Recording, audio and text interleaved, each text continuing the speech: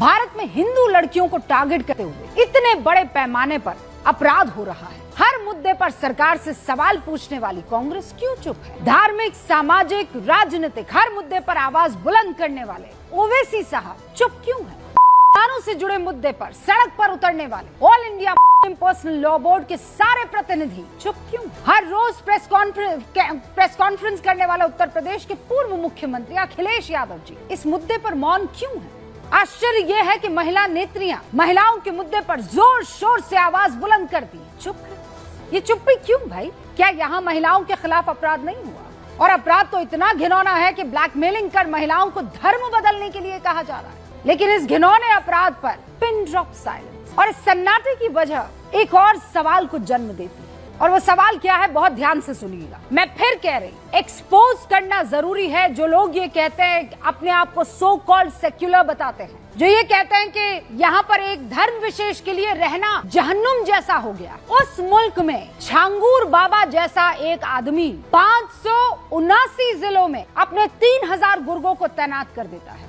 क्यों अब डेमोक्रेसी खतरे में नहीं है? क्यों किसी एक मसले पर जब ये कहते हैं कि खतरे में आ जाएगा, खतरे में आ गया है, होमोफोबिया हो रहा है, ये हिंदू फोबिया नहीं है। यहाँ पर हिंदू खतरे में नहीं आ रहा है, और मैं कह रही हूँ नहीं आ रहा है, और ये हिंदू फोबिया भी नहीं है। तो फिर दूसरे केस में इतने बड़े बड़े नाम लेकर क्या बताने की कोशिश है? इसीलिए मैं कह रही हूँ इसको पलट दीजिए, सब क्लियर हो जाएगा। पलट दीजिए, एक सेकंड के लिए आंख बंद कीजिए और जो मैं कह रही हूँ उसे सुनिए, और फिर उसके बाद आप सोचिएगा इस देश में इस वक्त क्या हो रहा है। ये जो छांगूर है, अभी जो आपको दिखाई दे रहे, टोपी है, सफेद दाढ़ी है, माशाल्लाह से कपड़े भी आप देख ही रहे हैं, पीछे उसके एक नीतू उर्फ नसीम या नसरीन नाम की महिला है, वो चल रही है। तो इस शख्स का हुलियापन बदल देते हैं। क्या करते हैं हम? सबसे पहले तो माथे पर त्रिपुंड लगा देते हैं, बदन पर सफेद की जगह भगवा धारण करवा देते हैं, और पीड़ितों की लिस्ट से हिंदू महिलाओं को हटाकर मुस्लिम महिलाओं को ऐड कर देते हैं। अब क्या होगा? सन्नाटा। सन्नाटे को चीरता हुआ आक्रोश,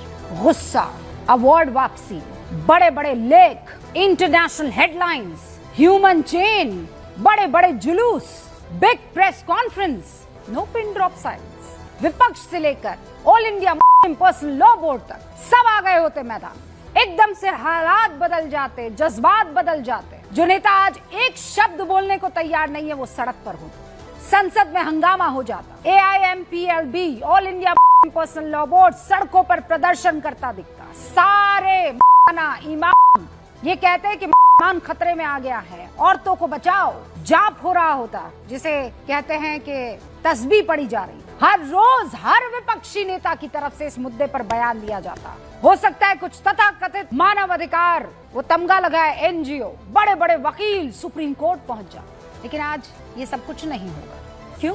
क्योंकि यहाँ पीड़ित वो नहीं है जो होने चाहिए तथाकथित तो। यहाँ पीड़ित हिंदू है और आरोपी उसका धर्म कुछ और है। और इसीलिए किसी को वोट बैंक खोने का डर नहीं है, किसी को धार्मिक ठेकेदारी जाने का डर नहीं है। जो भी इस पर बोलेगा उसे डर सताने लगेगा कि कहीं वोट बैंक ना बिदक जाए।